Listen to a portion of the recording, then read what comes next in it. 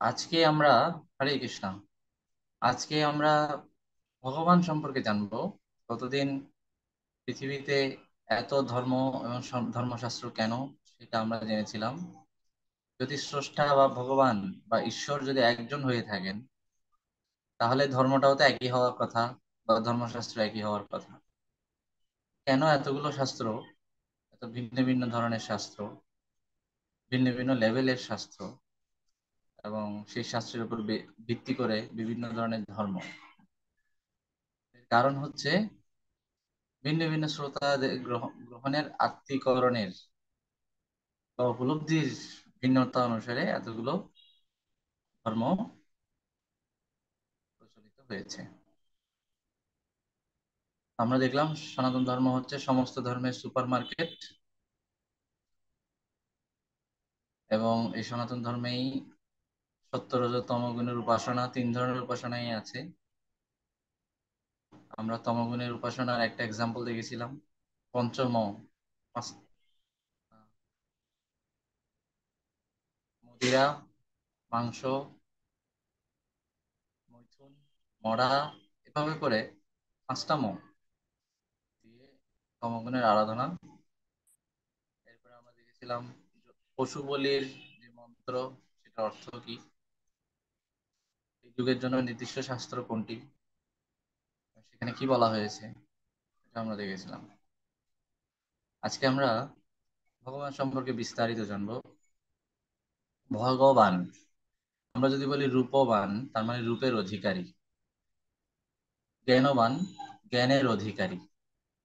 তাহলে ভগবান মানে হচ্ছে ভগের অধিকারী যিনি। ভগ মানে কি? বান শব্দের অর্থ তো বুঝলাম, অধিকারী বা মালিক। তাহলে ভগ শব্দের অর্থ কি? ভগ শব্দের অর্থ হচ্ছে ষড় ঐশ্বর্য। ব্যাসদেবের পিতা পরাশর মুনি, তিনি এই ভগ শব্দের সংজ্ঞা দিয়ে ভগ শব্দের অর্থ নিরূপণ করেছেন। তিনি বলেছেন ভগ শব্দের অর্থ কি? সমগ্র ঐশ্বর্য মানে ধন, সমগ্র বীর্য মানে শক্তি, সমগ্র যশ, সমগ্র শ্রী, সমগ্র জ্ঞান, সমগ্র বৈরাগ্য, যার ভেতরে পূর্ণরূপে বিদ্যমান, তাকে বলা হয় ভগবান। এখন কারো ভেতরে যদি এই ঐশ্বর্যগুলো থাকে, পূর্ণরূপে না থাকলেও হালকা করেও যদি থাকে, তাহলেও আমরা দেখি মানুষটা খুব আকর্ষণীয় হয়ে থাকেন। কারো ভেতর যদি একটু সৌন্দর্য থাকে, তাহলেও তিনি আকর্ষণীয় হন, বা জ্ঞান থাকলে তাহলেও তিনি আকর্ষণীয় হন। কারো যদি অনেক শক্তি সামর্থ্য থাকে, রেসলার, আমাদের অনেক বিশ্ববিখ্যাত অনেক রেসলার আছে, যাদেরকে আমরা চিনি। মোহাম্মদ আলী একদম ভালো বক্সার, এরকম অনেকে আছে। তো তারা তাদের শক্তির জন্য বিখ্যাত। তারা দেখতে সুন্দর নাও হতে পারে, কিন্তু শক্তি আছে। আবার কেউ আছে খুব যশস্বী, খুব পরিচিত, যেমন টিকটকে পরিচিত, ফেসবুকে পরিচিত, বা ইউটিউবে পরিচিত। অনেক ইউটিউব সেলিব্রিটি আছে, ফেসবুক সেলিব্রিটি আছে, ইনস্টাগ্রাম সেলিব্রিটি আছে। তারা অনেক অনেক দেখা যায় কি তেমন সুন্দর না, আবার তেমন কোন পড়ালেখাও নাই, কিন্তু খুব ফেমাস, কোনো না কোনো একটা কারণে ফেমাস হয়ে গেছে। এভাবে দেখা যায় কি সমগ্র যশ, সমগ্র তো কারো কাছে যদি এগুলো অল্পও থাকে, সে খুব আকর্ষণীয় হয়। আর যার ভেতরে এগুলো সব আছে, পূর্ণরূপে আছে, তাহলে এগুলো কিরকম আকর্ষণীয় হবে? সবচেয়ে বেশি আকর্ষণীয়, আকর্ষণীয়। এই কারণে ভগবানকে বলা হয় সর্বাকর্ষক। আর এই সর্বাকর্ষক শব্দটাকে সংস্কৃতে বলা হয় কৃষ্ণ। কৃষ্ণ শব্দের অর্থ কি? কৃষ্ণ শব্দের অর্থ হচ্ছে সর্বাকর্ষক। এই জন্য ভগবানকে বলা হয় কৃষ্ণ। ভগবানের প্রধান নাম, মূল নাম হচ্ছে কৃষ্ণ। কৃষ্ণ শব্দের অর্থ হচ্ছে সর্বাকর্ষক। কেন তিনি সর্বাকর্ষক? কারণ এই ছয়টা ঐশ্বর্য পূর্ণ মাত্রায় আছে, তাই সেটা তিনি হচ্ছেন শ্রীকৃষ্ণ। শ্রীকৃষ্ণ হচ্ছে অত্যন্ত সুন্দর। সুন্দর, তার রূপের বর্ণনা ব্রহ্মসংহিতায় থেকে শুরু করে বিভিন্ন পুরাণ শাস্ত্রে, বিভিন্ন ধরনের বিভিন্ন জায়গাতে ভগবানের রূপের বর্ণনা দেওয়া আছে। যুগ যুগ ধরে বিভিন্ন শিল্প সাহিত্যে ভগবানের রূপের বর্ণনা, রূপের গুণগান করা হয়েছে। ভগবান হচ্ছেন সর্বজ্ঞ, সবচেয়ে বেশি জ্ঞানী। সর্বজ্ঞ মানে কোটি কোটি বছর পূর্বে তিনি সূর্যদেবকে এই গীতার জ্ঞান দিয়েছেন, অর্জুনকে দিয়েছেন। বংশীর মাধ্যমে বেদ জ্ঞান দিয়েছেন ব্রহ্মাকে, এবং সময় সময় বিভিন্নভাবে তিনি জ্ঞান প্রদান করেছেন। সমস্ত জ্ঞান ভগবান থেকে এসেছে। তিনি হচ্ছেন পরম শক্তিমান। ভগবানকে শক্তি লাভ করার জন্য ব্যায়াম করতে হয়নি, বা কোনো ধরনের খাবার দাবার খেয়ে ভিটামিন লাভ করতে হয়নি, হরলিক্স খেতে হয়নি। ভগবান এমনিতেই শক্তিশালী। আর এই যে গিরি গোবর্ধন ধারণ করেছেন, এর জন্য তাকে কোনো কষ্ট করতে হয়নি। একটা শিশু যেভাবে ব্যাঙের ছাতা ধরে তুলে ফেলেছেন, ঠিক সেইভাবে তিনি এই গিরি গোবর্ধন ধারণ করেছেন।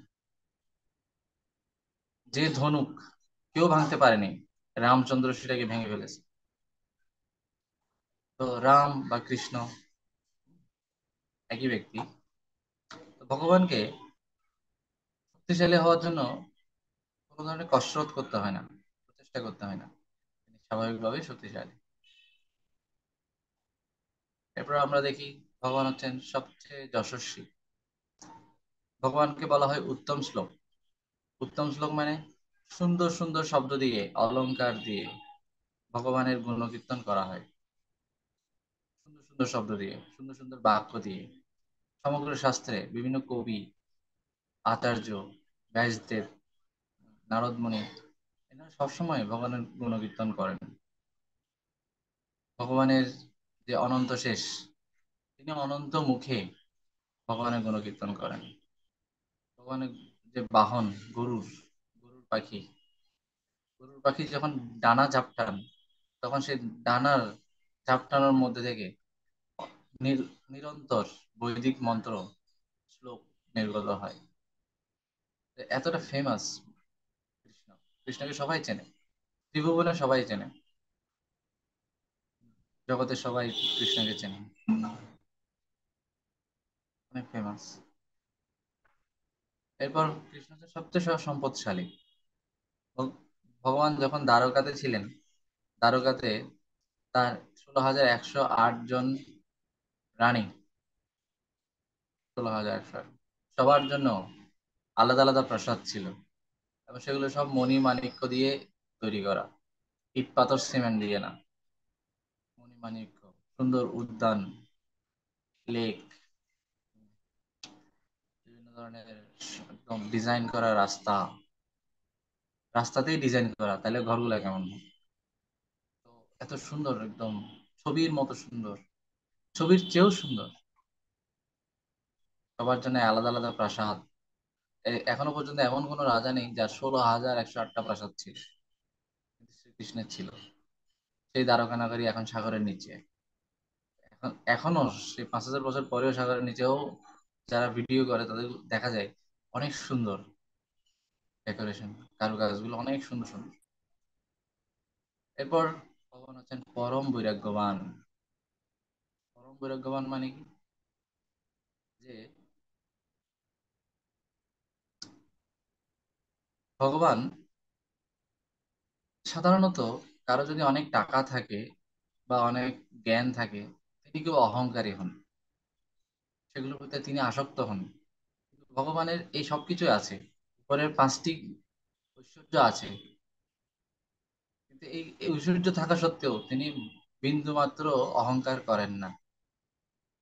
এর কোনো ছিটে ফোটাও তার ভেতরে নেই। এবং তিনি এগুলোর প্রতি নিরাসক্ত। এই কারণে বলা হচ্ছে তিনি বৈরাগ্যবান। বৈরাগ্যের ক্ষেত্রেও তিনি অনেক, বিনয়ের ক্ষেত্রে নিরহংকারের যে দৃষ্টান্ত তিনি দিয়েছেন কৃষ্ণ, সেটা অনবদ্য। এরকম তিনি দূতের কাজ করেছেন, ড্রাইভার হয়েছেন, অর্জুনের ড্রাইভার হয়েছেন, পাণ্ডবদের দূতের কাজ করেছেন। দূতের কাজ মানে হচ্ছে বার্তাবাহক। খবর এদিক থেকে এদিকে, এদিক থেকে এদিকে তিনি বহন করে নিয়ে গেছেন। অথচ তিনি পরমেশ্বর ভগবান। আহ, তারপরে দ্বারকাতে সুদামা বিপ্রের পা ধুয়ে দিয়েছেন, তার নিজের সিংহাসনে বসিয়ে পা দিয়ে দিয়েছেন, অথচ তিনি একজন রাজা। আমরা দেখি পরম বৈরাগ্য মানে নিরহংকার। তো এইভাবে আমরা দেখি বৈরাগ্য মানে হচ্ছে অনাসক্ত বা নিরহংকার। তো জগতে আমাদের ঐশ্বর্য থাকতে পারে, কিন্তু বৈরাগ্যও থাকতে হবে, নিরহংকারও থাকতে হবে। এখন আসি আমরা, ভগবান সবিশেষ না নির্বিশেষ মানে নিরাকার কিনা? ভগবান আসলে দুটোই। ভগবান আমরা বলতে পারবো না তিনি কেবল সবিশেষ বা কেবল নির্বিশেষ। ভগবান হচ্ছেন স্বয়ংসম্পূর্ণ। তিনি নিরাকার হওয়ার ক্ষমতাও রাখেন, সাকার হওয়ার ক্ষমতাও রাখেন। এখন কথা হচ্ছে তাহলে মূলে তিনি কি, আদিতে তিনি কি? আদিতে তিনি হচ্ছেন সাকার। প্রয়োজন বোধে তিনি নিরাকার রূপ ধারণ করেন। কিছু কিছু ক্ষেত্রে তিনি নিরাকার রূপে অবস্থান করেন, অব্যক্ত রূপে, ব্রহ্মরূপে। এই জড়জগতে সবখানে তিনি নিরাকার রূপে অবস্থান করছেন। আবার তারপর তিন চিন্ময় জগতে তিনি সাকার রূপে অবস্থান করছেন। আমাদের শরীরের ভেতরে পরমাত্মা, সেটা হচ্ছে সাকার রূপ। প্রতিটা অণু পরমাণুতে তিনি সাকার রূপে অবস্থান করছেন, অণু পরমাত্মা রূপে। তার শক্তিতে তিনি নিরাকার রূপে অবস্থান করছেন, শক্তির রূপে। কিন্তু ব্যক্তিগতভাবে তিনি সাকার, ভগবান সাকার। তার চিন্ময় দেহ রয়েছে, সচ্চিদ আনন্দময় বিগ্রহ। ঈশ্বর পরম কৃষ্ণ সচ্চিদ আনন্দ বিগ্রহ, অনাদির আদি গোবিন্দ সর্ব কারণ কারণম। এটা ব্রহ্ম সংহিতায় ব্রহ্মাজি বলেছেন। তো শ্রীমদ্ ভাগবতে পরম তত্ত্বকে তিন ভাগে জানার একটা দৃষ্টান্ত আছে। পরব্রহ্ম, পরম ব্রহ্মকে ব্রহ্ম, পরমাত্মা, ভগবান এই তিন ভাবে জানা যায়। এটা কিন্তু ব্যক্তি একই, তিন ভাবে তিনি প্রকাশিত হন। ব্রহ্ম মানে হচ্ছে নিরাকার রূপে, আর পরমাত্মা মানে হচ্ছে বিষ্ণু রূপে, আর ভগবান মানে হচ্ছে কৃষ্ণ বা পরম পুরুষোত্তম রূপে ভগবান, ঐশ্বর্য সমন্বিত, বড় ঐশ্বর্য। তো ব্রহ্ম মানে কি? নির্বিশেষ জ্যোতি। এটাকে একটু উপমা দিয়ে বোঝানো যায়, সূর্যের আলো। সূর্যের আলোটা, এটা আমরা সূর্য বলতে পারবো না বা সূর্য থেকে আলাদাও বলতে পারবো না। এটা সূর্যের একটা পার্ট, কেবল আলো, যেটা কমপ্লিট সূর্য না। কিন্তু সূর্যের শক্তিটা, সূর্য এক জায়গায় আছে নির্দিষ্ট, কিন্তু আমাদের এখানে আমরা কিভাবে সূর্যকে পাই? আলোর মাধ্যমে। তো আমাদের এই পৃথিবীতে সূর্য কিভাবে বিরাজ করছে? তার আলোর মাধ্যমে। ঠিক একইভাবে ভগবান এই জগতে বিরাজ করছেন তার শক্তির মাধ্যমে, ব্রহ্মরূপে। ব্রহ্ম, এটাকে বলা হয় ব্রহ্ম। তিনি যেভাবে নিরাকার রূপে। কিন্তু সূর্যের আলোর যে উৎস, মূল সূর্য, সেখানে দিকে আমরা তাকালে দেখতে পাবো যে সূর্যটার আলোটার উৎস একটা জায়গা থেকে আসছে, এবং সেইটা গোলাকার। সূর্য গোলক সম্পর্কে জানাটা হচ্ছে, একটা উদাহরণ বা উপমা দিয়ে যদি আমরা বুঝি, সেটা হচ্ছে সূর্য, সূর্যগোলক, সূর্যমণ্ডল। কেবল সূর্য একটা জ্যোতি, এতটুকু জানাটাই হচ্ছে অল্প জানা। সেই জ্যোতির উৎসটা হচ্ছে সূর্য স্বয়ং, এবং আমাদের থেকে সূর্যের দূরত্ব এত।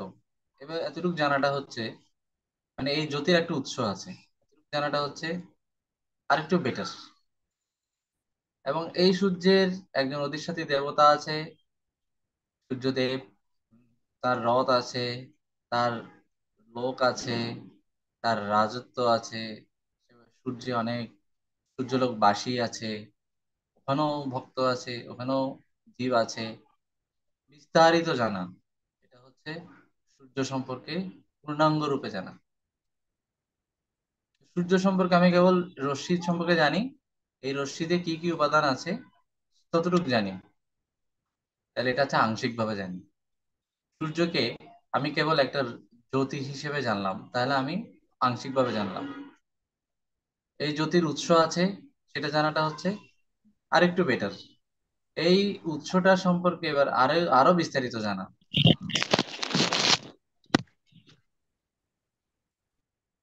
এই সূর্যের ভেতরে কে আছে, দেবতা কে, প্রাণীরা কে কে আছে, এর দৈর্ঘ্য প্রস্থ একদম বিস্তারিত ভাবে। এতটুকু জানাটা হচ্ছে পূর্ণাঙ্গ রূপে জানা। ঠিক একইভাবে ভগবানকে নিরাকার রূপে জানা মানে হচ্ছে এই শুধু জ্যোতি হিসেবে জানা। এটাকে ব্রহ্ম উপলব্ধি বলা হয়, পরমাত্মা উপলব্ধি, আর হচ্ছে ভগবত উপলব্ধি। তো কৃষ্ণকে আমরা যখন জানি যে ভগবান, তিনি কোনো ব্যক্তি নন, তিনি কেবল জ্যোতি, এতটুকু জানা মানে হচ্ছে এটা প্রাথমিক ভাবে জানা, একদম স্বল্প জ্ঞান। আর যদি জানি যে না, তিনি তার একটা রূপ আছে, তিনি হচ্ছে পরমাত্মা, আমাদের সকলের হৃদয়ে অবস্থান করছেন, তাহলে এটা হচ্ছে আরেকটু বেটার। দুটোই আংশিক। পূর্ণরূপে জানা মানে কি, এই ভগবানটা কে এবং তার পরিচয় কি, তিনি কোথায় থাকেন, তার নাম রূপ গুণ লীলা পরিকর পার্শ্বদ ধাম ইত্যাদি সম্পর্কে বিস্তারিত যখন আমরা জ্ঞান লাভ করি, তখন আমরা ভগবান সম্পর্কে পরম তত্ত্ব সম্পর্কে পূর্ণরূপে জানতে পারি। ঠিক আছে?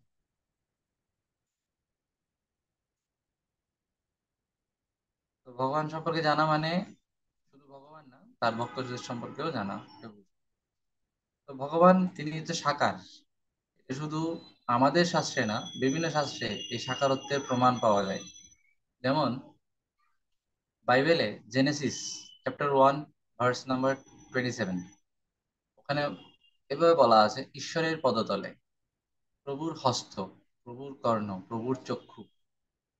এই কথাগুলো কি মিন করে? নিরাকার কাউকে মিন করে? যদি নিরাকার হতো তাহলে তার পদ কিভাবে থাকলো, হস্ত কিভাবে থাকলো, কর্ণ কিভাবে থাকলো?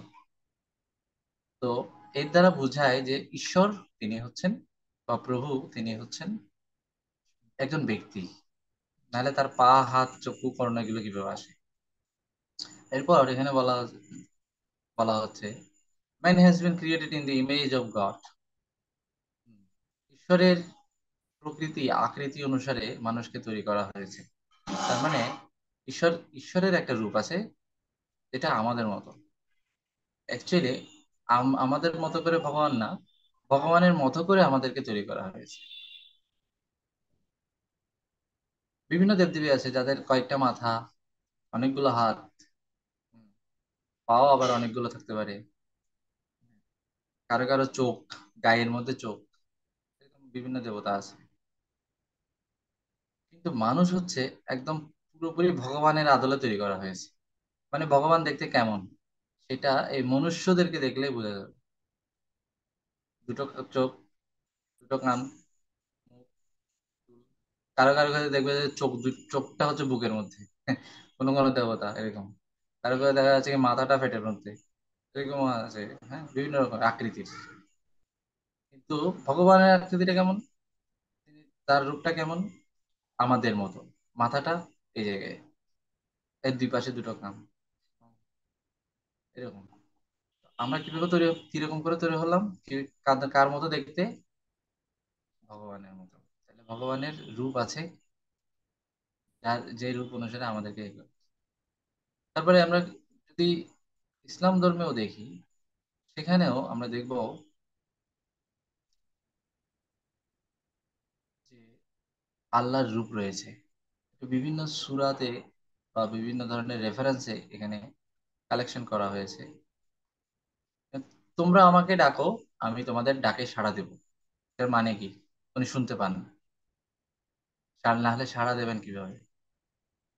বাট ডাকারই বা প্রশ্ন আসে কিভাবে যদি নিরাকার হয়? নিরাকার কোনো কাগজে ডাকার কিছু এসে দরকার পড়ে না। তার মানে উনি ডাকতে বলছেন এবং উনি সাড়াও দেবেন, তার মানে উনি শুনতে পান।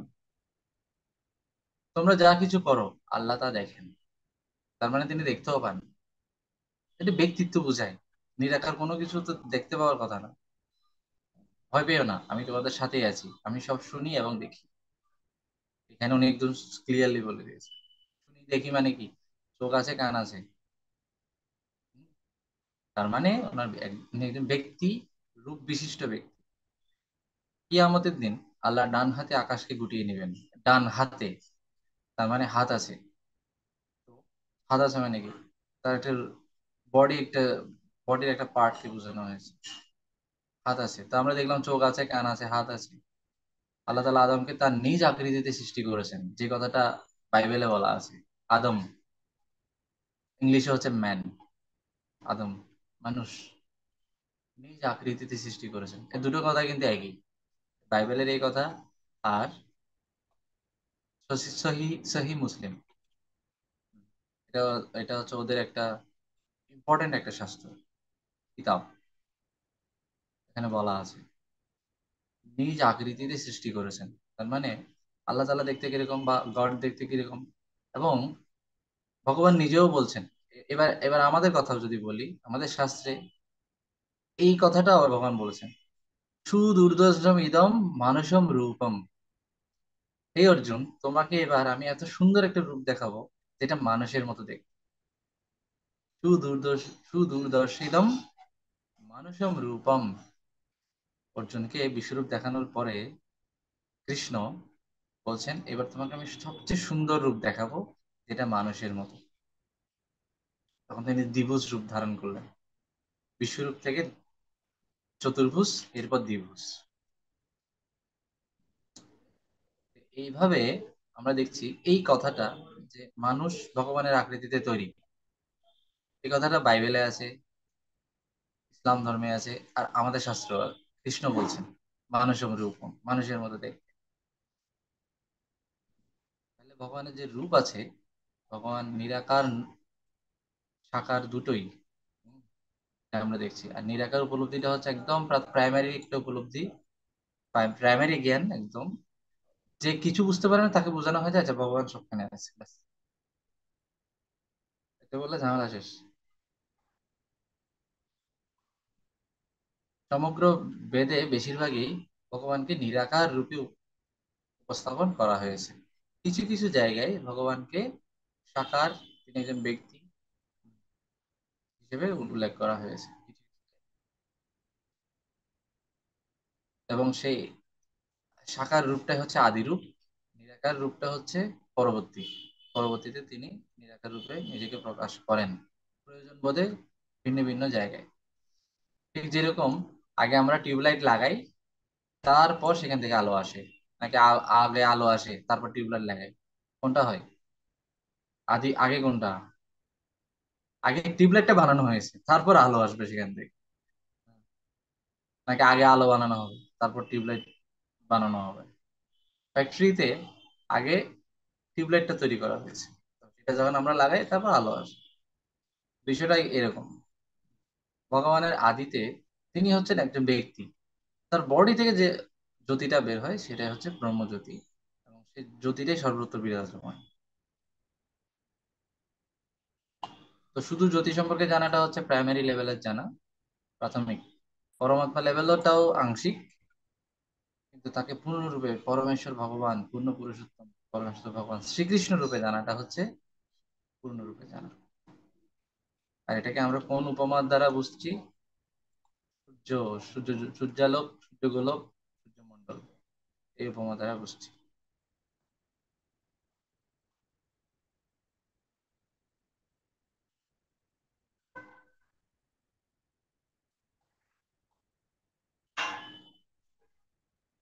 শ্রীকৃষ্ণ তিনি যে পরমেশ্বর ভগবান, এর অনেকগুলো প্রমাণ আছে গীতায়, বিভিন্ন শাস্ত্রে। গীতা হচ্ছে আমাদের জন্য প্রধান শাস্ত্র, বেদের পরে গীতা।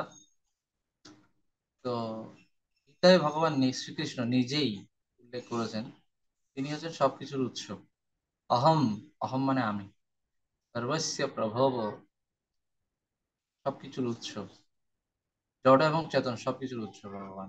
এগুলো বিস্তারিত আপনারা পড়ে নেবেন বই থেকে, আমি শুধু টাচ দিয়ে যাচ্ছি। তিনি সমস্ত গুণ এবং বৈশিষ্ট্যের উৎস। তিনি সকল জীবের পিতা, ভগবান নিজেই ব্যক্ত করেছেন।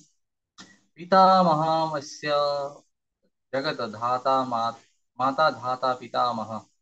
আমি জগতের পিতা, মাতা, ধাতা, পিতামহ। নবম অধ্যায়ে বলেছেন। আমি সমস্ত মহর্ষি, সপ্তমনু, সপ্ত মহর্ষি, হ্যাঁ, তারপরে মনু, সকলের, স্থাবর জঙ্গম সবকিছুর আমি হচ্ছি স্রষ্টা। যত প্রকার জীবজনী আছে, জীব প্রজাতি আছে, সবারই হচ্ছে আমি পিতা।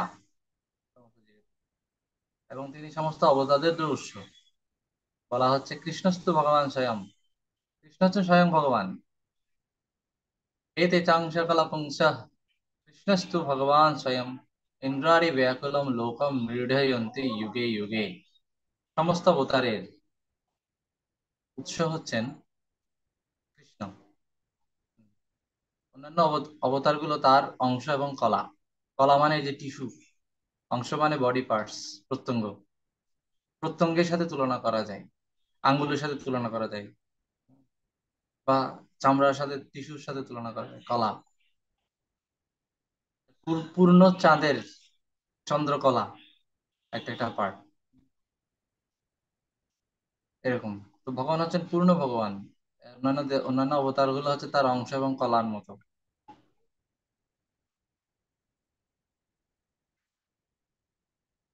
তিনি সকল দেবদেবীর উৎস, যে কথা এখানে অনেক জায়গায় বলা আছে, ভগবদ্গীতাতে, উপনিষদে। দেবা নারায়ণ অঙ্গজা, দেবা নারায়ণ অঙ্গজা, নারায়ণের অঙ্গ থেকে জাত হয়েছে কারা? দেবতারা, নারায়ণ থেকে। এইভাবে আমরা দেখি দেবতাদের উৎস, অবতারদের উৎস, বিভিন্ন জীবের উৎস, এই জড়জগৎ সবকিছুর উৎস হচ্ছে ভগবান শ্রীকৃষ্ণ। শাস্ত্রে থাকে সেভাবে আমরা বিভিন্ন জায়গায় লেখা দেখি, ওম শ্রীকৃষ্ণ, শ্রীকৃষ্ণ, ওম কৃষ্ণস্তু ভগবান স্বয়ং, এই কথাটা বিভিন্ন জায়গায় লিফলেটে লেখা দেখি। তো কৃষ্ণ হচ্ছেন সেই স্বয়ং ভগবান। এটা সর্বজন বিদিত,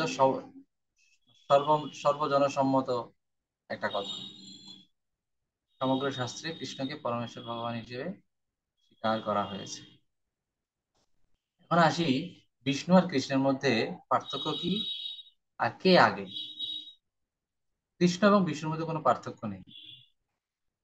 একজন ব্যক্তি যখন অফিসে আছেন তখন তিনি একরকম অ্যাডমিনিস্ট্রেটিভ, একজন জজ বা একজন বিচারক, তিনি যখন বিচার মঞ্চে আছেন তখন তিনি একরকম, আবার যখন তিনি ঘরে যান তখন তিনি আরেক রকম। তো কৃষ্ণ হলো বিষ্ণু যখন তিনি অফিসে থাকেন, অ্যাডমিনিস্ট্রেশন, পরিচালনা, এগুলো যখন করেন তিনি সেটা বিষ্ণু রূপে করে থাকেন। আর তার ধামে তিনি ভক্তদের সাথে লীলাবিলাস করেন কৃষ্ণ রূপে। কৃষ্ণ হচ্ছেন অরিজিনাল, আর বিষ্ণু হচ্ছে তার থেকে প্রকাশিত। কৃষ্ণের 64টা গুণ, বিষ্ণুর 60টি গুণ, আমাদের আচার্যদের অনুসারে। অনন্ত গুণ মানে এখানে একটা ডিফারেন্স দেখানোর জন্য বোঝানো হয়েছে। 64টা গুণ, 60টি গুণ। তো আমরা দেখি, আমরা যত অবতার,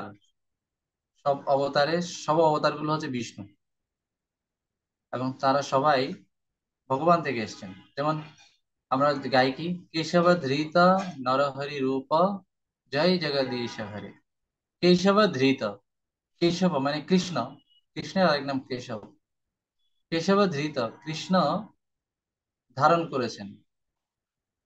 কেশব ধৃত নরহরি রূপ, তিনি নরহরি রূপ ধারণ করেছেন, মানে নৃসিংহদেব। কেশব ধৃত কুর্ম শরীর, মানে তিনি কুর্ম বা কচ্ছপের শরীর ধারণ করেছেন, কুর্ম রূপ। এটাও বিষ্ণু। কেশবই তো ধারণ করেছে সেই রূপ। কেশব ধৃত বরাহ রূপ।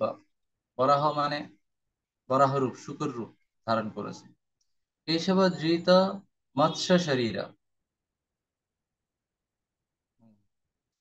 তো কেশব ধৃত পরশুরাম। কেশব ধৃত রাম শরীর। তা এইসব, এই যে যত অবতার আছেন, সবার উৎস হচ্ছেন কৃষ্ণ। এবং এই অবতারগুলো হচ্ছে এক একজন বিষ্ণু।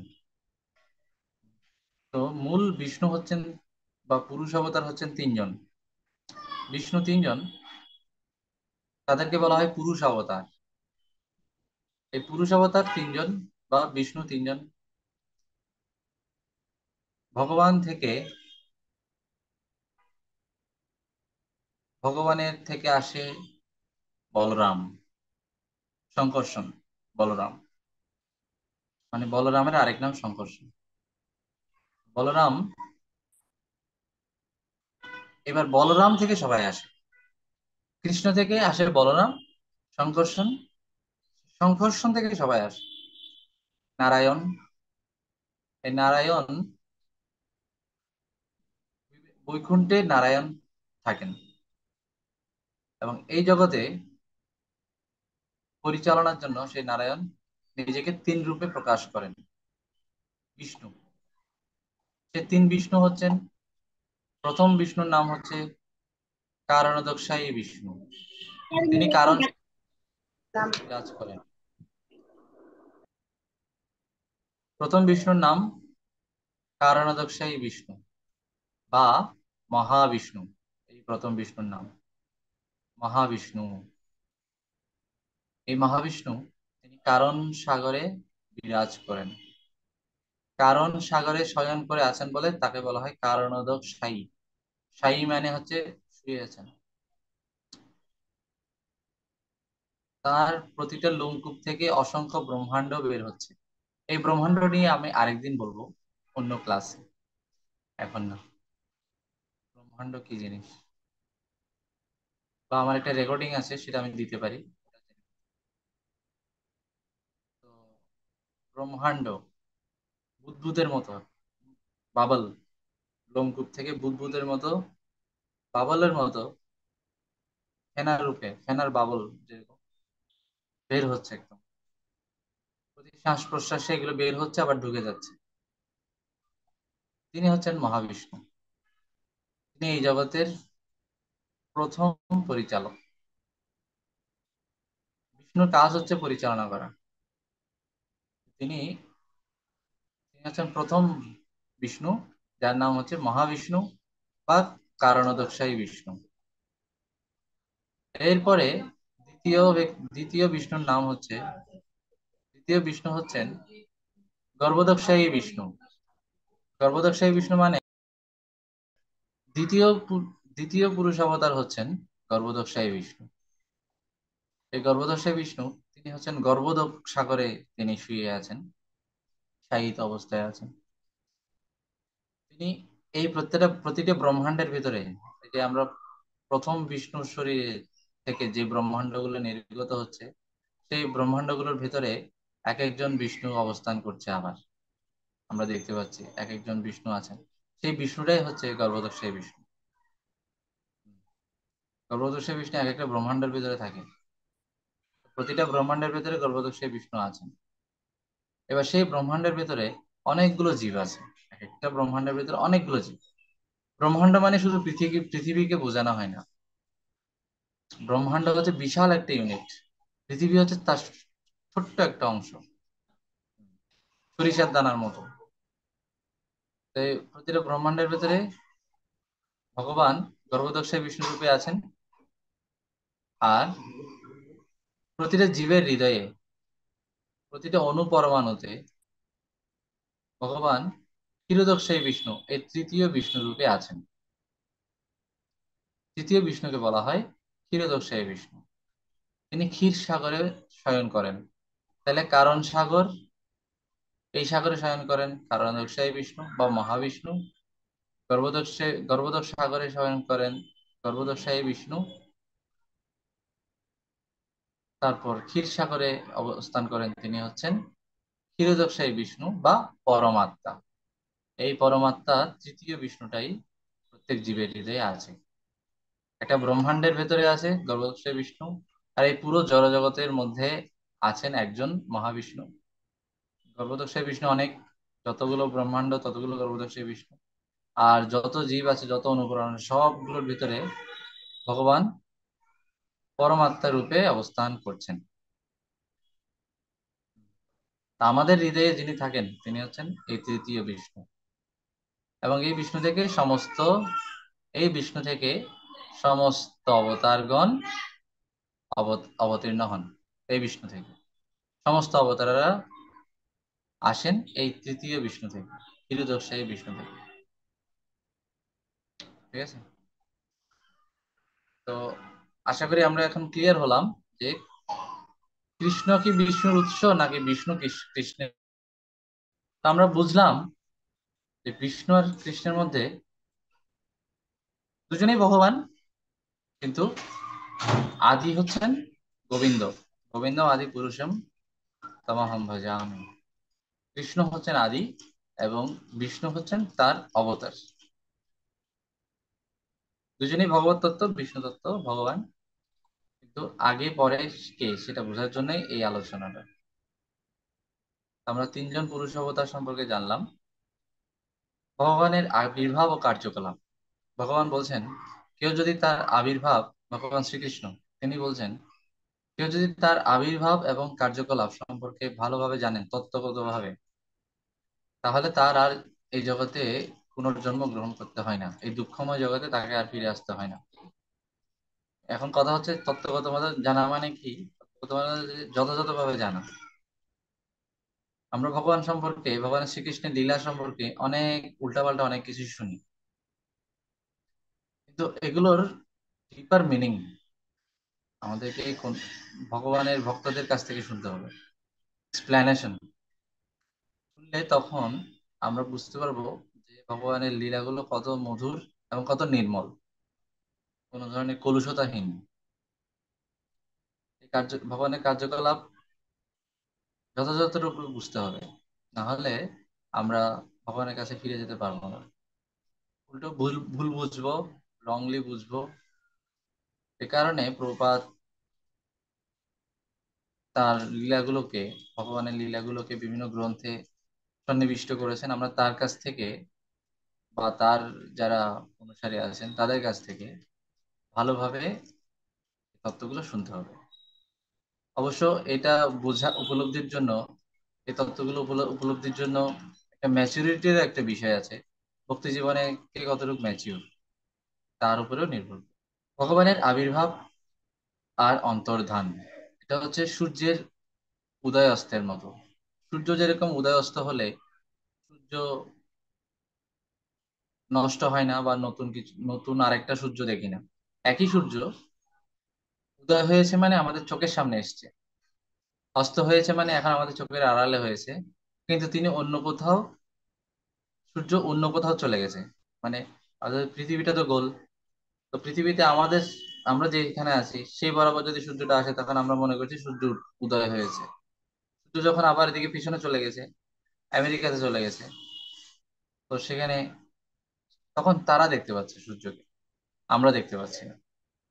তার মানে এই না যে প্রতিদিন নতুন নতুন সূর্য আসে, একই সূর্য দৃশ্যমান অদৃশ্যমান হয়। একই রকম কৃষ্ণের কখনো জন্ম মৃত্যু নেই। তিনি যখন আবির্ভূত হন তখন সেটা হচ্ছে সূর্যের উদয়ের মতো, যখন অন্তর্হিত হন তখন সূর্যাস্তের মতো। তার জন্ম মৃত্যু হয় না। বিভিন্ন ধরনের অবতার রয়েছে ভগবানের, কৃষ্ণের। সেই অবতারগুলোকে 6টি ভাগে ভাগ করা হয়। পুরুষ অবতার, যেটা আমরা একটু আগে দেখেছি, তিনজন পুরুষ অবতার। গুণ অবতার, লীলা অবতার, মন্বন্তর অবতার, যুগাবতার, সপ্তাবেশ অবতার। এভাবে আমরা 6 ধরনের অবতার দেখলাম। পুরুষ অবতার সম্পর্কে আপনারা বিস্তারিত জেনেছেন, এটা আমি এখন আর কিছু বলতে যাব না। জীবতত্ত্ব, জীবতত্ত্ব মানে হচ্ছে ভগবানের ক্ষুদ্রাতি ক্ষুদ্র অংশগুলোকে জীব বলা হয়, আত্মা, যেটা আমরা দ্বিতীয় পর্বে পড়ে এসেছি। তারা হচ্ছে সবাই জীবতত্ত্ব, এবং আমরা হচ্ছে সেই জীবতত্ত্ব। আমরা যা চতুর্পাশে বিভিন্ন দেহের মধ্যে যে প্রাণীগুলোকে দেখতে পাচ্ছি, সেগুলো সবাই হচ্ছে জীবতত্ত্ব, মানে আত্মা রয়েছে এখানে। আত্মাকে বলা হয় জীবতত্ত্ব। এই আত্মা ব- দেবতাদের দেহ থাকতে পারে, একটা পিঁপড়ার দেহ থাকতে পারে। পিঁপড়া থেকে শুরু করে সেই ব্রহ্মা পর্যন্ত সবাই হচ্ছে জীবতত্ত্ব, যে যার যার কর্মফল অনুসারে, সুকৃতি অনুসারে বিভিন্ন বিভিন্ন ধরনের দেহ পেয়েছে, ফ্যাসিলিটি পাচ্ছে। শিবতত্ত্ব, শিবতত্ত্ব হলো জীবতত্ত্ব আর বিষ্ণু তত্ত্বের মাঝামাঝি অবস্থা। অর্থাৎ বিষ্ণু তত্ত্ব সে মায়াকে নিয়ন্ত্রণ করতে পারে, আবার জীবতত্ত্ব মায়ার দ্বারা নিয়ন্ত্রিত হয়। শিবতত্ত্ব কখনো কখনো মায়াকে নিয়ন্ত্রণ করেন, আবার কখনো কখনো মায়ার দ্বারা নিয়ন্ত্রিত হয়। বিষ্ণু তত্ত্ব আর জীবতত্ত্ব একদম অপোজিট। বিষ্ণু তত্ত্ব পরিচালক, মায়ার নিয়ন্ত্রক।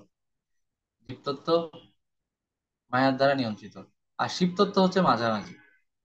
শিবতত্ত্বের মধ্যে কখনো কখনো বিষ্ণু তত্ত্বের মতো ক্ষমতা দেখা যায়, আর কখনো কখনো জীবতত্ত্বের মতো অবস্থা দেখা যায়। উম, তো তিনি হচ্ছেন শিব, মহাদেব, শম্ভু। মাঝে মাঝে আমরা দেখি মহাদেব, তার অর্ধাঙ্গী সঙ্গী হচ্ছেন দুর্গা, স্ত্রী বা পত্নী। তাহলে দুর্গা হচ্ছেন মায়া, মহামায়া।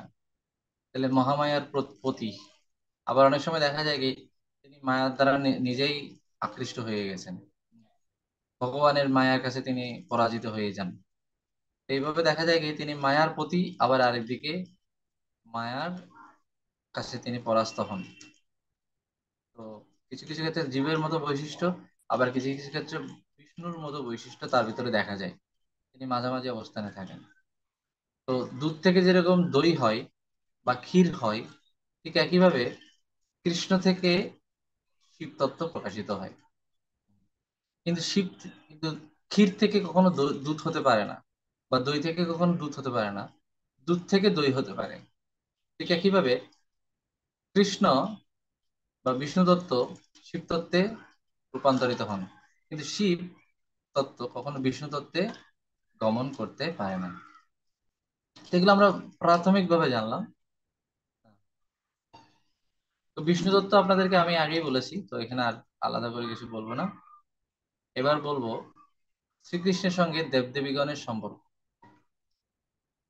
শ্রীকৃষ্ণ আর দেবদেবীগণ, আমরা একটু আগে দেখেছি দেবদেবীগণ মানে হচ্ছে জীবতত্ত্ব, সবাই জীবতত্ত্ব। আমরা আর দেবদেবীর মধ্যে কোনো পার্থক্য নেই, কিন্তু তারা বিশেষ সুকৃতি সম্পন্ন জীব, আর আমরা লেস কোয়ালিফাইড। এখানে হচ্ছে পার্থক্য। যেমন রাস্তার একজন ভিখারি আর প্রধানমন্ত্রী, দুইজনেই কিন্তু মানুষ, কিন্তু একজন প্রধানমন্ত্রী হওয়ার অযোগ্য আর একজন প্রধানমন্ত্রী হওয়ার যোগ্য। তো এইভাবে দেখা যায় কি পার্থক্যটা সৃষ্টি হয়। তো একই রকম ব্রহ্মাদি দেবতারা, ইন্দ্র, বরুণ, বায়ু, এনারা সবাই হচ্ছেন দেবদেবী, আমাদের মতোই জীব, কিন্তু ভগবানের বিশেষ সেবায়, বিশেষ প্রশাসনে তারা অফিসার হিসেবে কাজ করছেন। তো ভগবান মূল ব্যক্তি, কিন্তু তিনি এই জগৎটাকে পরিচালনার জন্য কিছু জীবকেও ক্ষমতা প্রদান করেন, তারাই হচ্ছেন দেবতা। তো অনেকে বলে ইসকনের ভক্তরা বা বৈষ্ণবেরা দেবতাদেরকে সম্মান করে না। আসলে দেবতাদেরকে সম্মান অবশ্যই করে, সম্মান করে না তা নয়, কিন্তু দেবতাদেরকে ভগবানের মতো সম্মান করেন না। কারণ ভগবান তো একজন, দেবতা তো অনেক আছে। তো এবং তারা হচ্ছে জীবতত্ত্ব। ভগবান কারা? তারা হচ্ছে বিষ্ণু তত্ত্ব। বিষ্ণু তত্ত্ব আর জীবতত্ত্বের মধ্যে এতক্ষণ আমরা পার্থক্যটা বুঝে গেছি। একজন মায়ার অধীশ্বর আর একজন মায়ার দ্বারা নিয়ন্ত্রিত। একজন এই জগতের স্রষ্টা, আর একজন সৃষ্টি মধ্যে ঘুরে বেড়াচ্ছে। তো দুটোর মধ্যে তফাৎ আছে তো। তো দুটোকে দুই জ্ঞানে, মানে যথাযথভাবে জেনে যথাযথ সম্মান করাটাই হচ্ছে প্রকৃত। সম্মান। আমি একজন ভিখারিকে যদি বলি, আসেন প্রধানমন্ত্রী আসেন চেয়ারে বসেন, তো এটা কখনোই হতে পারে না। এটা কখনোই তার জন্য সম্মানজনক নয়, তিনি অপমানিত বোধ করবেন। বা যে ব্যক্তি আসলে সুন্দর নয় তাকে যদি বলে হে সুন্দর সুদর্শন পুরুষ আসুন, বা হে সুন্দরী আপনি আসুন, তাহলে স্বাভাবিকভাবে তিনি বুঝবেন তাকে টিজ করছি আমি। তো দেবতারাও সেরকম অসম্মানিত বোধ করেন যখন আমরা তাকে ভগবান বলে মনে করি, কারণ তারা জানেন তারা কি, আমরা জানি না তারা কি, কিন্তু তারা তো জানেন, তারা এতে অসম্মানিত বোধ করেন। কিন্তু যখন আমরা ভগবানের প্রসাদ তাদেরকে অর্পণ করি, তখন তারা বেশি খুশি হন, সন্তুষ্ট হন। তো বৈষ্ণবরা সেভাবেই দেবতাদেরকে আরাধনা করেন। তারা বিষ্ণুর এমনি তো আমরা দেখি, যখনই আমরা আমরা যখন ঘরে লক্ষ্মী পূজা করেন দেখবেন যে সবাই আগে শালগ্রাম পূজা হবে, বিষ্ণুর পূজা হবে, শালগ্রাম শিলা বিষ্ণু, এই পূজা হওয়ার পর এরপর দেবতাদেরকে সেই প্রসাদটা দিয়ে পূজা করা হয়। তো তো এটা এটা এমনি নর্মালি দেখা যায়, কিন্তু আমরা মনে করি কি তিনি ভগবান। আসলে দেবতারা ভগবান নন, ভগবান হচ্ছেন একজন। আর দেবতারা হচ্ছেন আমাদের মতো জীব, কিন্তু তারা ভগবানের বিভিন্ন সেবায় যুক্ত। তাদেরকে আমরা সেরকম ভগবানের সেবক হিসেবে বৈষ্ণব জ্ঞানে সম্মান করব। তাদেরকে ভগবান জ্ঞানে না, বিষ্ণু জ্ঞানে না, বৈষ্ণব জ্ঞানে।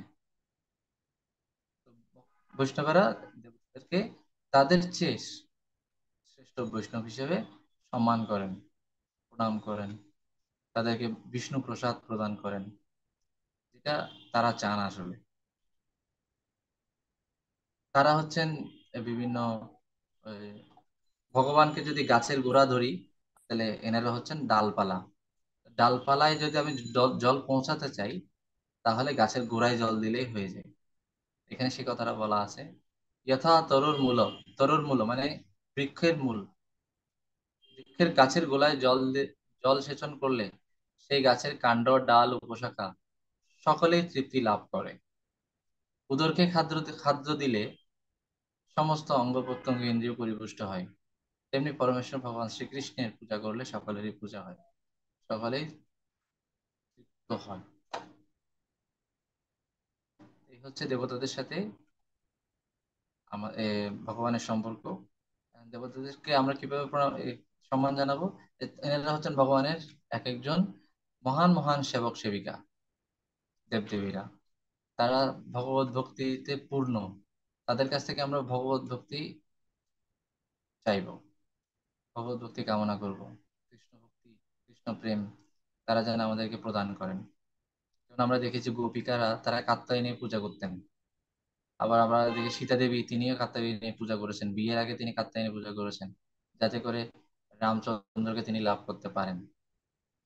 এর মানে কি? এর মানে হচ্ছে দেবদেবীরা হচ্ছেন কৃষ্ণ প্রেমের এক একজন ধারক বাহক। তাদের কাছ থেকে আমরা কৃষ্ণ প্রেম যাতে লাভ করতে পারি, সেজন্য তাদেরকে পূজা করবো, তাদের কাছ থেকে এটা চাইবো। কিন্তু আমরা যাই কি ধনং দেহি যশং দেহি পুত্রং দেহি ভার্যাং দেহি, এগুলো এগুলো চাই, জাগতিক ধন সম্পদ চাই। তাদের কাছ থেকে আমাদের কৃষ্ণ প্রেম চাইতে হবে। এটা হচ্ছে তাদেরকে যথাযথ সম্মান জানানো। হুম। প্রধানমন্ত্রীর কাছে গিয়ে যদি আমি 2 টাকা চাই, তাহলে এটা তিনি আমাকে আমাকে 2 লাখ টাকাও দিতে পারেন, কিন্তু আমি যদি চাই 2 টাকা চাই, তাহলে এটা মানে যোগ্য চাওয়া না। কিভাবে ওনারা আমাকে যদি কৃষ্ণ প্রেম দিতে পারেন, তার কাছ থেকে আমি ধন জন সম্পদ এগুলো চাওয়া মানে হচ্ছে আমি টাইম ওয়েস্ট করলাম। তো দেবতাদেরকে আমরা কৃষ্ণ ভক্ত হিসেবে সম্মান করব, তাদের কাছ থেকে কৃষ্ণ প্রেম লাভ করার জন্য প্রার্থনা করব। তো এই হচ্ছে আমরা ভগবান সম্পর্কে জানলাম, বিষ্ণু সম্পর্কে জানলাম, দেবতাদের সাথে ভগবানের সাথে কি সম্পর্ক, এবং আমরা কিভাবে তাদেরকে রেসপেক্ট। এই বিষয়ে দেবতা, ভগবান এই সম্পর্কে কারো কোনো কনফিউশন আরো জিজ্ঞাসা যদি আছে কিনা আমি একটু জানতে চাই। আশা করছি, এবং এটা খুব গুরুত্বপূর্ণ একটা পর্ব, এটা নিয়ে থাকবে এটা আমি আশা করছি। আপনাদের কোনো প্রশ্ন উত্তর আছে কিনা আমি সেটা জানতে চাই।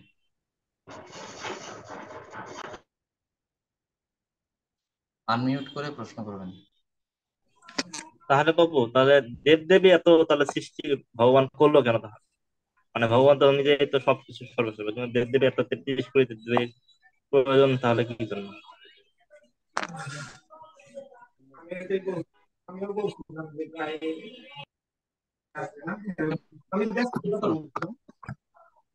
প্রশ্ন শেষ হলে হ্যালো। মিউট করে দিবেন।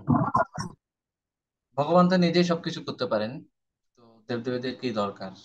অ্যাকচুয়ালি দেবদেবীরা আগেই বলেছি তারা হচ্ছে কৃষ্ণ ভক্ত। ওনারা চান ভগবানের কোনো একটা সেবা করতে। তো তাদেরকে সেই সেবার সুযোগ দেওয়ার জন্যই ভগবান তাদেরকে বিভিন্ন ধরনের সেবার দায়িত্ব দিয়েছেন। সেই দায়িত্বগুলোই হচ্ছে আমরা যেগুলোকে বলছি দেবত্ব পদ। যেমন কাউকে বায়ুর দেবতা বানিয়েছে, কাউকে জলের দেবতা বানিয়েছে, এ হচ্ছে ভগবানের। ভগবান তাদের মধ্যে দিয়ে, তাদের মাধ্যম দিয়ে এই জগৎটাকে পরিচালনা করছেন, এবং এই সেবাটা ওনারা করছেন ভগবানকে ভালোবেসে, ভগবানের প্রতি সেবা পরায়ণ হয়। এটা হচ্ছে তাদের সেবা। এর জন্য ওরা কোনো টাকা পয়সা নেন। এই কারণে সূর্যদেব আমাদেরকে কখনোই বিল পাঠায়নি। বিদ্যুৎ অফিস থেকে বিল আসে, কিন্তু সূর্যদেবের কাছ থেকে কখনো বিল আসেনি। কারেন্ট বিলে এত এসছে। তাহলে কি আমরা দেব দেবীর পূজা করবো না? দেবদেবী পূজা, এটা তো দেব করবো, দেবদেবী পূজা করব, কিন্তু ভগবান জ্ঞানে না, ভগবত ভক্ত ভক্ত হিসেবে। যেমন আমরা শিল প্রভুপাদের পূজা করি না, করি। প্রভুপাদের পূজা করা হয়, গুরুর পূজা। প্রভুপাদের পূজা করি, ঠিক আছে। দেবতা কেন? তো প্রভুপাদের পূজা করা যাবে? দেবতা কেন তাহলে? দেবতা জ্ঞানে দেবতা কেন? প্রভুপাদ, গুরুদেব, আমরা বলি না গুরুদেব, গুরু তিনি একজন দেবতা। গুরুদেব বলি না, তিনি একজন দেবতা। দেবতা দেবসুলভ জ্ঞান, হ্যাঁ। গুরুকেও দেবদেবী এবং দেবতা বলে। গুরুদেব, গুরুদেব এবং দেবদেবীর মধ্যে পার্থক্য আছে না? হ্যাঁ আছে, একটু পার্থক্য আছে। গুরু এবং দেবতার মধ্যে পার্থক্য হচ্ছে দেবতারা, তারা বিশেষ সেবক হলেও এখনো পর্যন্ত ওনারা বন্ধনে আছেন। এই জগতের বন্ধনে এনারাও কিন্তু বন্ধনে আছে, মায়ার বন্ধনে আছে। ব্রহ্মাও মায়ার বন্ধনে আছে, কিন্তু গুরুদেব হচ্ছেন, তিনি মায়া মুক্ত হয়েছেন, হ্যাঁ। তিনি নিত্য পুরুষ, মুক্ত পুরুষ। ওই হিসেবে আমরা বলতে পারি যে একজন গুরুদেব বা এরকম যারা মুক্ত পুরুষ, তারা দেবতার থেকেও আরো উন্নত। এ কারণে দেবতারাও তাদের সঙ্গ করতে আসে ওই হিসেবে। এ কারণে বলা হয় গুরু, গুরু ব্রহ্মা, গুরু বিষ্ণু, গুরু দেব মহেশ্বর। মানে কি, গুরুর, গুরু, গুরুর ভেতরে সব দেবতারা আসেন, অবস্থান করতে করেন। মানে ওনার শরীরে থাকতে পারলে যেন ওনারা কৃতার্থ হন, এরকম, এরকম ভাবা হয় আর কি। ওই হিসেবে গুরু, একজন গুরু, একজন মুক্ত পুরুষ, তিনি দেবতাদের থেকে অনেক উন্নত। Nice question. অন্য কাউকে সুযোগ দিই তাহলে এবার। দেন, আহ দেন। হরে কৃষ্ণ। রবীন প্রভু বলুন, বলুন। রবীন প্রভুর প্রশ্ন। আনমিউট করুন, আনমিউট করুন, আনমিউট করুন। হরে কৃষ্ণ প্রভু। হ্যাঁ বলুন। হ্যাঁ প্রভু, আমি আপনার দেবদেবীরা তো ভগবানের লীলায় অংশগ্রহণ করে, তাই না? এখন কথা হচ্ছে আপনার জগন্নাথ বলদেব সুভদ্রা ছাড়া আমরা তো অনেক সময় অনেকের পাঠে বা শুনি যে এই সুভদ্রা মোহিনী হচ্ছে আপনার দুর্গা দেবীর অংশ, তাই না? এখন আবার যখন বলুন দুর্গা আপনার। দেবীর, হরে কৃষ্ণ, বলছি বলছি দেবদেবীরা তো ভগবানের সাথে লীলার সাথে অংশগ্রহণ করে, তাই না? এখন এই হ্যাঁ, এই সুভদ্রা মহারানী তো হচ্ছে আপনার এই আমরা জানি যে দুর্গা দেবীর অংশ, ঠিক আছে, হ্যাঁ। বা দুর্গা দেবী। এখন মানে হুম। একজনের হুট করে একজন প্রশ্ন করলো যে দুর্গা দেবী কিভাবে হয় আপনার, এই সুভদ্রা মহারানী তো অর্জুনের স্ত্রী, ঠিক আছে। হ্যাঁ, হ্যাঁ। হ্যাঁ, প্রভু শুনতে পাচ্ছেন? মানে দুর্গা দেবী হলো অর্জুনের স্ত্রী কিভাবে হয়? বা অর্জুনের স্ত্রী দেবীর কথা।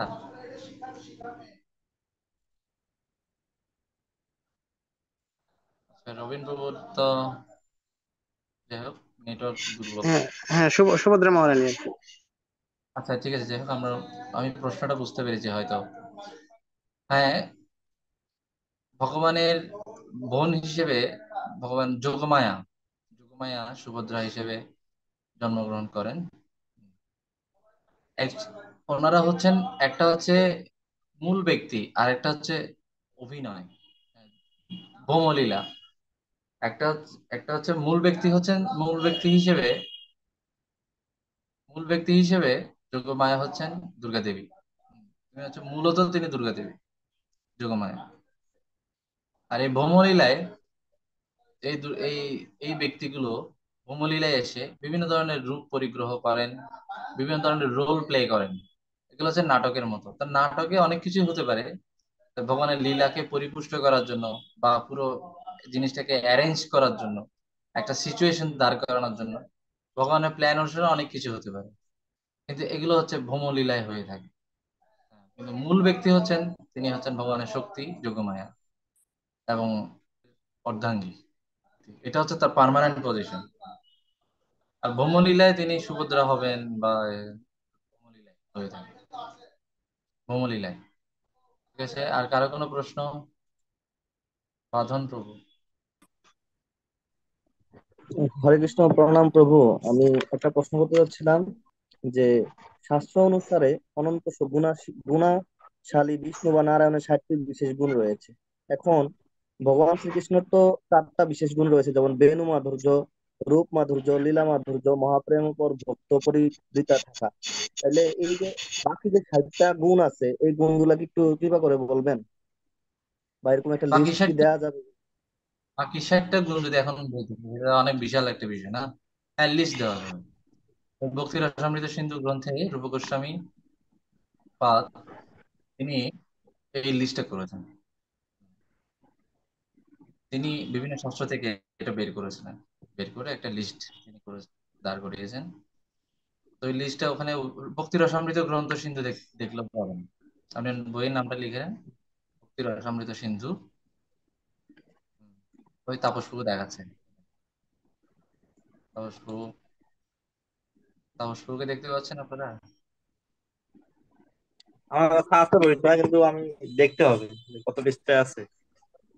হ্যাঁ, আচ্ছা ঠিক আছে। তো ওখানে আপনারা ইয়ে করতে পারেন।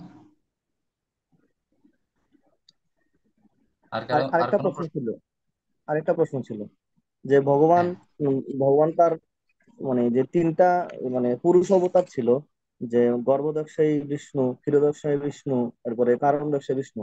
তো ভগবান তো চাইলে দেখা গেছে যে এরকম আরো অনেক বিষ্ণু তৈরি করতে পারতো, এত দেব দেবীর প্রয়োজন ছিল না।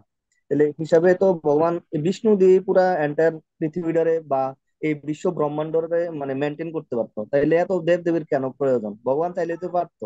আর আরেকটা হ্যাঁ। প্রশ্ন হইলো, ভগবান হুম। প্রভু আর অ্যাকচুয়ালি প্রশ্নটা একটু শুনেন। হ্যাঁ, আর আমি বলি, হ্যাঁ, তাইলে ভগবান কৃষ্ণ কেন পরে আসলো? ভগবান তো এই বিষ্ণু অবতার তৈরি না করে একবারে প্রথম দিকে থাকতে পারতো।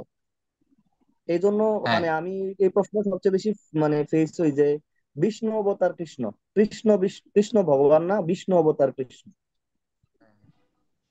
সমগ্র শাস্ত্রে বিষ্ণুর কথা বলা আছে। এই এই পর্বটা আপনারা একটু ভালো করে পড়বেন, আমি তো টাচ দিয়ে দিয়ে গেছি। বিস্তারিত আপনার বইয়ে লাইন বাই লাইন পড়বেন।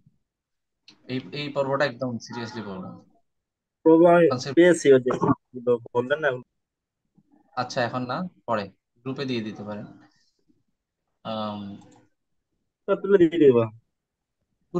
পুরো শাস্ত্রে, সমগ্র শাস্ত্রে বিষ্ণুর কথাই বলা আছে বেশি।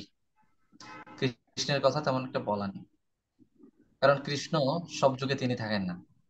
আগেই বলেছি, আপনার অফিসে অফিসে বিচারককে যেভাবে মানে, আগেই বলেছি এই জগৎটা হচ্ছে ভগবানের অফিসের মতো। এখানে এটা হচ্ছে ভগবানের অরিজিনাল ধাম নয়। ভগবানের অরিজিনাল ধাম হচ্ছে চিন্ময় জগতে, এটা তার, ওখানে হচ্ছে তার ঘর। আর এখানে তিনি ম্যানেজমেন্টের জন্য আসেন, আর ম্যানেজমেন্টের জন্য তিনি সবসময় গাউন পরে, বিচারকের গাউন পরেই তিনি এখানে আসেন। এখানে তিনি কখনো, একজন বিচারক যখন ঘরে থাকে তখন দেখা যাবে কি খালি গায়ে আছে বা মানে ঘরের পোশাক পরে আছে, খুবই কমফোর্ট পোশাক পরে আছে। আর যখন তিনি বিচারক মঞ্চে বিচার মঞ্চে থাকেন, তখন তিনি গাউন পরে থাকেন, গলায় অনেক বেল্ট টেল দিয়ে বসে থাকেন, মাথায় টুপিও থাকতে পারে বিচারক। ঠিক আছে। দেশ মানে দেশ অনুসারে বিভিন্ন রকমের বিচারকদের বিভিন্ন পোশাক থাকতে পারে, তো সবাই তাকে সেভাবেই দেখে। কিন্তু বাসায় তিনি যেভাবে লুঙ্গি পরে থাকেন বা কিছু একটা গামছা পরেও থাকতে পারেন, সেটা সেভাবে সবসময় দেখে, সবাই দেখে না, খুব ক্লোজ যারা তারা দেখে।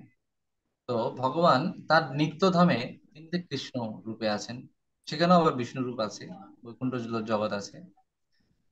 এই জগতে তিনি সর্বত্র বিচারক বিষ্ণু রূপে তিনি অ্যাডমিনিস্ট্রেশনে আছেন, পরিচালনা, যেটাকে আমরা আমরা দেখছি।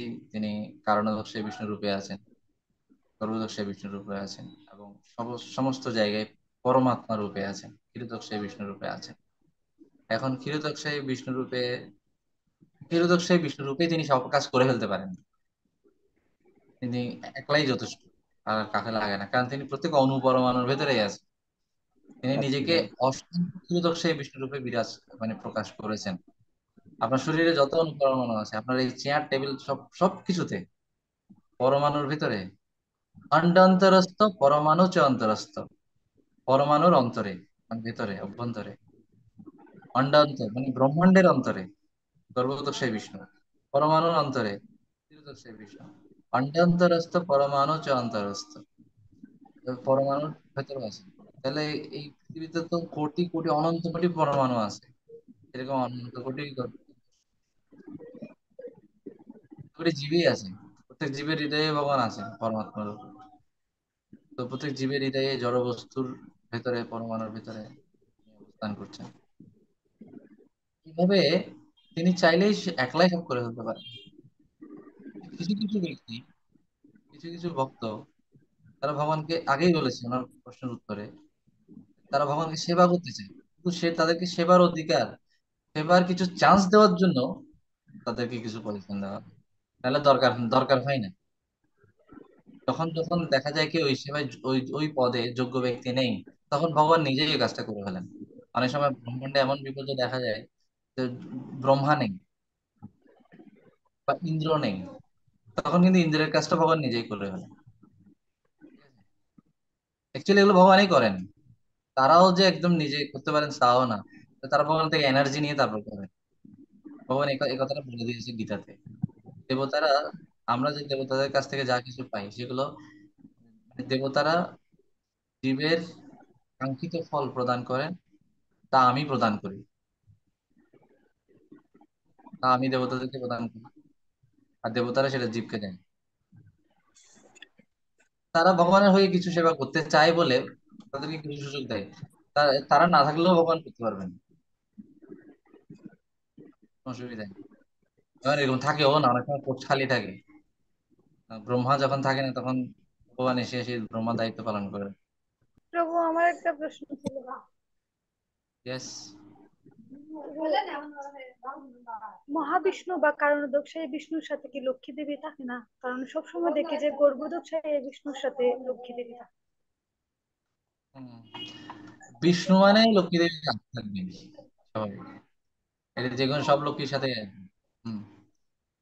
গর্ভদক্ষায় বিষ্ণুর সাথে ছবিটা দেখা যায়, অন্যান্য অন্যান্য লক্ষ্মী, অন্যান্য ইয়ার সাথেও আছে। বিষ্ণু মানেই ঠিক তার আছে।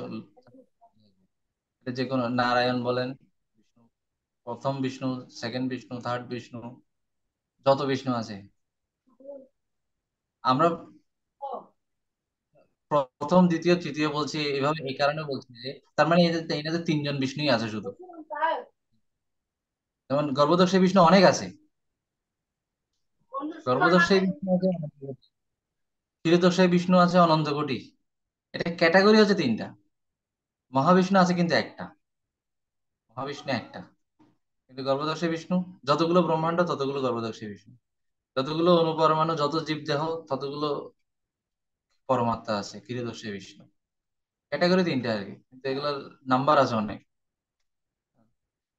তবে সবার সাথেই লক্ষ্মী দেবী আছেন। আমরা হয়তো ছবিতে এক, কেন ক্ষীরোদক্ষায় বিষ্ণুর সাথেও থাকেন, এইরকমও ছবি আছে, থাকে, নারায়ণের সাথেও থাকে। বুঝতে পারছি। বিষ্ণু জায়গায় সেখানে ঠিক আছে, অবশ্যই থাকবে। তো আমার একটা প্রশ্ন, আর একটা প্রশ্ন ছিল। হ্যাঁ,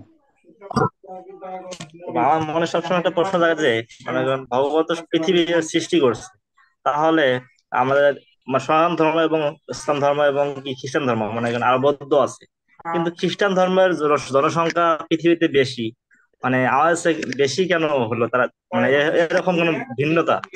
এবং দেখি যারা মেধাবী বা যেমন আইনস্টাইন বা বড় বড় বা আমেরিকার শক্তিধর রাষ্ট্র, ওদের শক্তি বেশি এবং কি সব দিক দিকেই বেশি, কিন্তু ভগবান তাহলে ওদেরকে এত কিছু দিল কেন?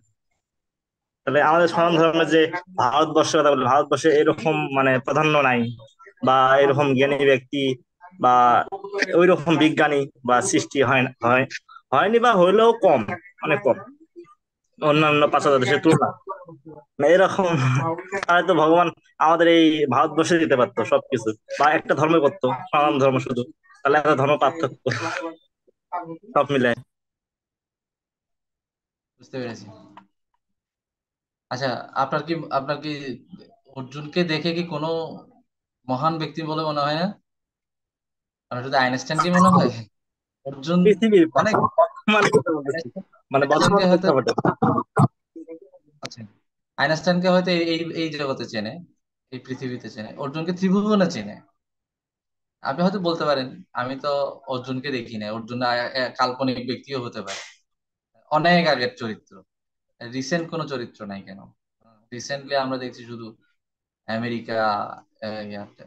যাই হোক, আইনস্টাইন কিন্তু আবার খ্রিস্টান না, এটা যে ইহুদি, ওনারা হচ্ছে ইহুদি বর্তমানে। না, ওনারা এখন কথা হচ্ছে যে ওনারা যে বিজ্ঞানগুলো গ্রহণ করেছেন বা যে আবিষ্কার, সেগুলো কিন্তু আবার বৈদিক শাস্ত্র থেকেই। আমি যদি একদম মানে মোট কথাই বলি, তাহলে এটা হচ্ছে ওখান থেকে চুরি করা জ্ঞান। কারণ বৈদিক শাস্ত্রগুলোতে বৈদিক শাস্ত্রগুলোতে এগুলো সূত্র আকারে দেওয়া আছে, সূত্র আকারে মানে হিন্টস, হিন্টস দেওয়া আছে। তো কারো যদি একটু একটু চালাকি করতে পারে, সে একটু হিন্টস পেলে হয়ে যায়, তাতেই ও পুরো জিনিসটাই ইয়ে করে ফেলতে পারে। বিষয়টা এখানে এরকম, ওই মানুষগুলো তারা হিন্টস দিয়েই তারা ওখান থেকে চুরি করে নিয়েছে, চুরি করা। আর আমরা যদি বলি, আমরা বর্তমানে যে সমৃদ্ধি দেখছি সেটা হচ্ছে রজগুণের ভিত্তিতে সমৃদ্ধি, এই কারণে এটা প্রসিদ্ধ। আর তৎকালীন সময়ে সমৃদ্ধি হয়েছে, কিন্তু সেটা সত্যগুণের ভিত্তিতে। আর সত্যগুণের ভিত্তিতে সমৃদ্ধিটা বর্তমানে সেটা সবাই নিচ্ছে না, গ্রহণ করছে না। সত্যগুণের ভিত্তিতে সমৃদ্ধি বলতে আমি যদি বলি, আহ আমরা যদি সত্যি এই সুস্থ থাকতে চাই, তাহলে আমাদেরকে গ্রাম্য পরিবেশে থাকতে হবে। কিন্তু এই এই কথাটা এখন বর্তমানে কেউই গ্রহণ করবে না। কোনটা বেশি ফেমাস হবে? যত বেশি ইট পাথরের দেওয়া যায়, যে যে বিজ্ঞানী এর ফেভারে বেশি দিতে পারবে, সেটাই বেশি ফেমাস হবে।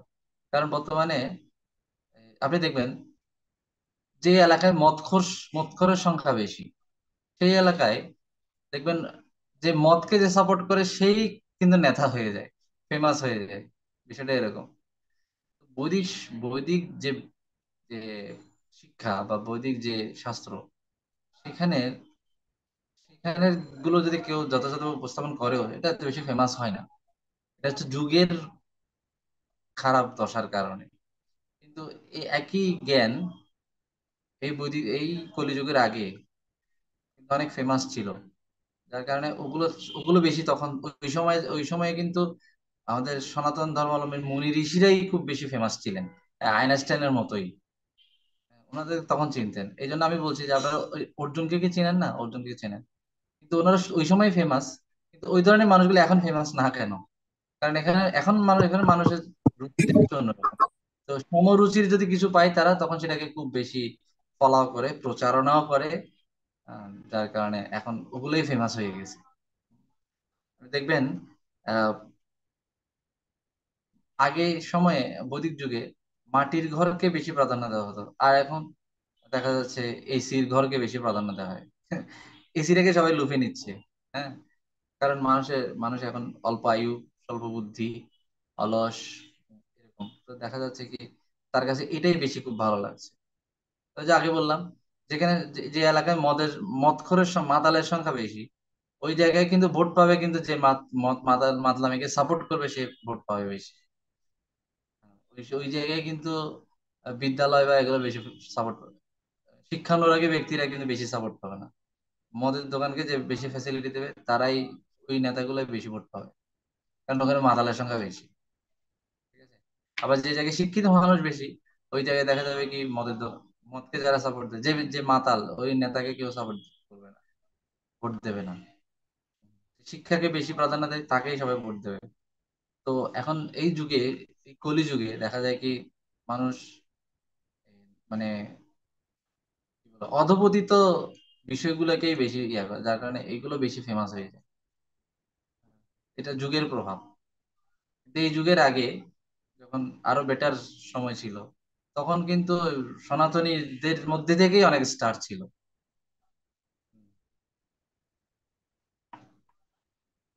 তাহলে বুঝা প্রভু, গেছে? তাহলে আগে তো সবাই হিন্দুই ছিল, মানে সনাতন ধর্মে ছিল, কিন্তু এই যে পরবর্তীতে আপনি একটা কথা বলি, এখনো এখনো আপনি দেখবেন বিভিন্ন বিভিন্ন জায়গায় আমরা হয়তো কয়েকজন ইয়াকে দেখতে পাচ্ছি।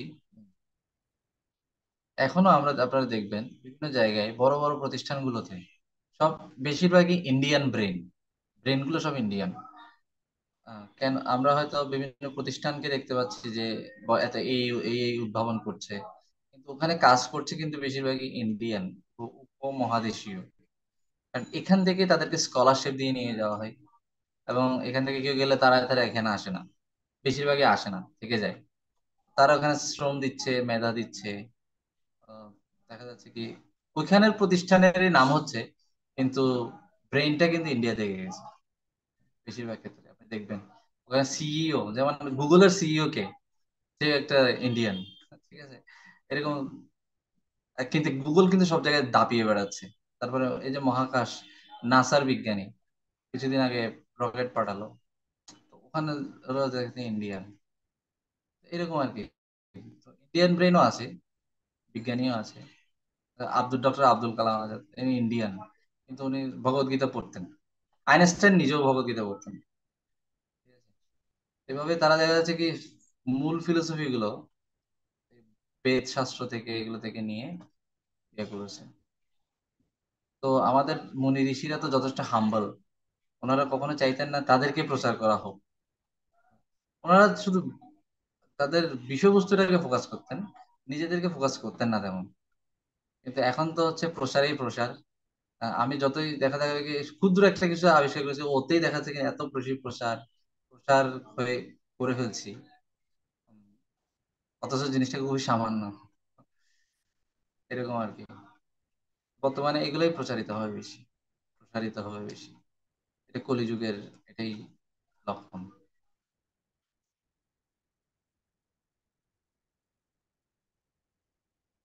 তো আর কোনো কনফিউশন, প্রশ্ন? যে প্রশ্নটা বলতেছে, মানে সবাই তো সনাতন ধর্মে ছিল, মানে আগে, মানে কলিযুগের কথা বাদ দিলাম, দাপর যুগে ওই দিক, কিন্তু এখন এসে কিন্তু আমাদের ধর্মাবলীর সংখ্যা কমে গেল, ওদের সংখ্যা বেড়ে গেল, মানে ওই ধর্মে ভগবান কেন এদেরকে পাঠায়, মানে কি ওদের কি কর্মফলের কারণে? মানে বিষয়টা আমার কাছে কনফিউজ, যে সংখ্যা বেড়ে যাওয়ার মানে। ধরেন যে খ্রিস্টানদের সংখ্যা বেশি, তারপরে খ্রিস্টানদের সংখ্যা বেশি হওয়ার কারণ হচ্ছে, কারণ কিছু কিছু কিছু কিছু অঞ্চলে সবসময় যে এই সংখ্যাটা বেশি থাকে সেরকম না। কয়েকশো বছর দেখা যাবে খ্রিস্টানদের সংখ্যা বেশি, যেটা এখন আমরা পার করছি। আবার কিছু কয়েকশো বছর দেখা যাবে কি মুসলিমদের সংখ্যা বেশি হবে, যেটা হতে চলছে। ঠিক আছে। আবার কিছু বছর দেখা যাবে যে বৌদ্ধ বৌদ্ধদের সংখ্যা বেশি হবে। আবার এটা সময় কালের প্রভাবে বাড়ে, গ্রাফের মতো বাড়ে কমে বাড়ে কমে, সবসময় সমান থাকে না। যখন দেখা যাবে কি মুসলিমদের সংখ্যা বেশি, তখন খ্রিস্টানরা বলবে আমরা কেন এত কম হয়ে গেলাম, মুসলিমদের সংখ্যা বেশি কেন, ওরা সেরকম কথা বলবে এক এক সময়। তখন আমরা যে প্রশ্নটা করছি সেই প্রশ্নটা মুসলিমরা করবে বা খ্রিস্টানরা করবে এক এক সময়। তো এটা এক এক সময় এক এক রকম। বাড়ে কমে, কয়েকশো বছর কয়েক হাজার বছরে এরকম চলতে থাকবে, আবার ডিমিনিশিং। কোন একজন মহান ব্যক্তি আসবে যার ফলে দেখা যাবে কি সবাই তার দিকে চলে গেছে। খ্রিস্টানে যারা ছিল তারা এখানে চলে গেছে, মুসলিম যারা ছিল তারাও ওনাকে ফলো করতেছে, কয়েকটা দেশ ফলো করতে দেখা যাচ্ছে ওইটাই সংখ্যা বেড়ে গেছে। এরকম হবে।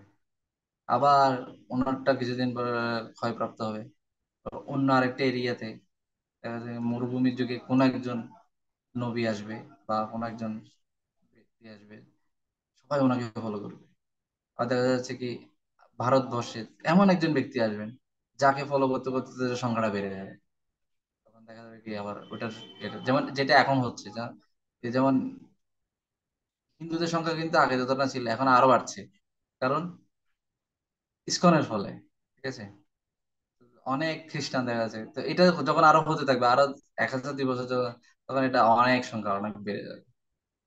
বুঝা গেছে কথা? বাড়ে কমে বাড়ে, এক এক অঞ্চলে এক এক মহাত্মা আসবে, মহাপুরুষ আসবে, তাকে ফলো করতে থাকবে আমি। এখন প্রবাদকে ফলো করছে বিশ্বের অনেক অহিন্দু ব্যক্তিরাও ফলো করছে, তারা সনাতনী হচ্ছে। তাহলে প্রভু, আচ্ছা, মুসলমানদের কিয়ামত হলে ওদের নবীজি আসবে, নবী আসবে, তাহলে আমাদের আসবে, তাহলে কি দুইজন সবাই আসবে? ভগবান কি সব মানে আমাদের সবাই আসবে না? আমাদের যেমন কল্কি অবতার আসবে, সেরকম মুসলমানরা বলে ওদের নবীজি নবী আসবে কিয়ামতের সময়, ও বলে না? তাহলে এটার মধ্যে তাহলে কি দুইজনে আসবে? বা খ্রিস্টান ধর্মে যারা বলে ওই রকম কি সবাই আসবে? না, এটা কনফিউশন যে তো বলে ওদের নবী আসবে। নবী আসবে। ওদের আর নবী আর কোনো নবী আসবে না, নবী এসে চলে গেছে, এটাই শেষ নবী।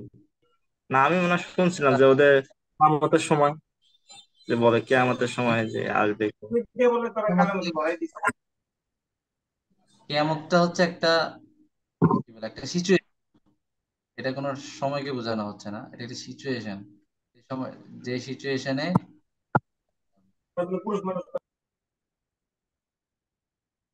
ওদেরকে ওদের ওদের নবী ওদেরকে সাপোর্ট করবে, রক্ষা করবে, নবী তাদেরকে উদ্ধার করবে, কারণ ওনার ফলোয়ার সেই সেই হিসেবে। যেটা আমরাও বলি যে প্রবাদ আমাদেরকে দরকার হলে ভগবান পিছনের দরজা দিয়ে হলেও প্রবেশ করা। দেখ, এটা নিয়ে আমরা বিস্তারিত জানবো কোথায়, পুনর্জন্মতে 4 নম্বর পর্বে এই বিষয়গুলো তখন আর দেখে যাবে। পুনর্জন্ম, পুনর্জন্মগুলো নিয়ে তখন আমরা বুঝতে পারবো যে জন্ম কি একটা হয় না বারবার হয়, না কিয়ামত কখন হবে না হবে, এগুলো তখন আরেকটু জানতে পারবো। তো সবার ধর্ম হয়, ওদেরও ধর্ম হয়, মানে মুসলমানদের বলা বলে ওদের একবার জন্ম, তাহলে তো সবার জন্ম হয়। ভগবান তো সবাই এই যে যেমন খ্রিস্টান হয়ে পাঠাইছে, মুসলমান হয়ে পাঠাইছে, তাহলে তো ওদের জন্ম হয়, পূর্ণ জন্ম ওদেরও আছে। ওখানে আমরা বিস্তারিত জানবো। আচ্ছা, ওকে, ঠিক আছে। আর কারো প্রশ্ন? বন্যার আরেকটা প্রশ্ন আছে মনে হয় নাকি? হাত তোলা আছে, প্রশ্ন যাদের নেই হাত নামিয়ে দিলে ভালো। আচ্ছা, বাকিরা দর্শক গ্যালারিতে বসে দর্শকের মতো দেখছেন, বাকিদের আর কোনো প্রশ্ন নেই। ওকে, আমরা তাহলে এখানে রাখি। হরে কৃষ্ণ হরে কৃষ্ণ কৃষ্ণ কৃষ্ণ হরে হরে, হরে রাম রাম রাম হরে হরে। শিল প্রভুপাদ কি জয়, সমবেত ভক্তবৃন্দ কি জয়। वाञ्छाकल्पतरुभ्यश्च कृपा सिन्धुभ्येव च पतितानां